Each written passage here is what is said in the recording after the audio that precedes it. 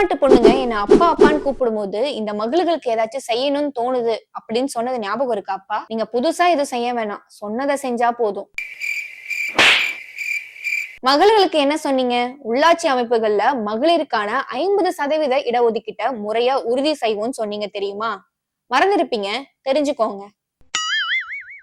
2021 அப்புறம் நடந்த உள்ளாட்சி தேர்தல்கள்ல பெண்களுக்கான 50% இடஒதுக்கீடு பின்பற்றப்பட்டுச்சு.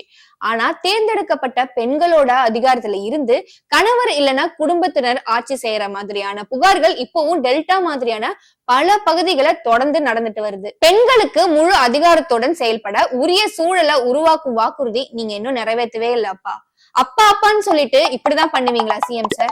இது சாமானிய மக்களுக்காக சாமானியர்கள் ஆட்சி என்பதை யாரும் மறந்துவிட வேண்டாம்.